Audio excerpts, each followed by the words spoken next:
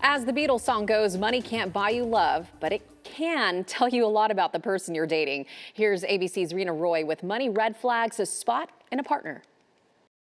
You think you might have found the one, but before things get too serious, you should take a look at your date's money habits. Money habits can actually influence and be indicators, not only with respect to finances, but also with respect to what your partner prioritizes, how he or she spends their time. Emily Irwin of Wells Fargo says how your partner deals with money can affect you too, especially if you're thinking about taking the next step, like signing a lease together or getting married. You want to be sure as you enter into a relationship that you're not taking on additional risk or liability that you didn't intend to or that you were unaware of. Irwin says to keep an eye out for these 4 money red flags. Financial secrecy. If your partner is unable or unwilling to discuss their finances with you, such as income, expenses, spending habits, or debt, it could be a red flag. Inevitably, conversations are going to arise about financial decisions, and you want to be sure that you have a full picture of the other's balance sheet. Another red flag,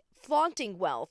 This can include always being the one to pick up the bill in a showy way or always buying the most expensive gifts for themselves or others. It can demonstrate a higher risk tolerance that you may or may not be comfortable with, or even cause pressure on you to reciprocate those types of large expenditures. Be cautious of job instability or lack of career goals. What's important is, what does that person prioritize in his or her life?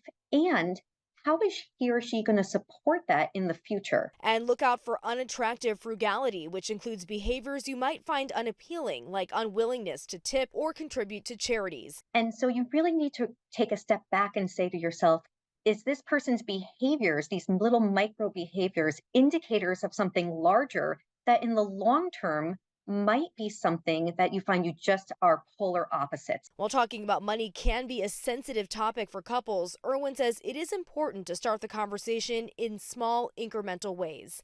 Rena Roy, ABC News, New York.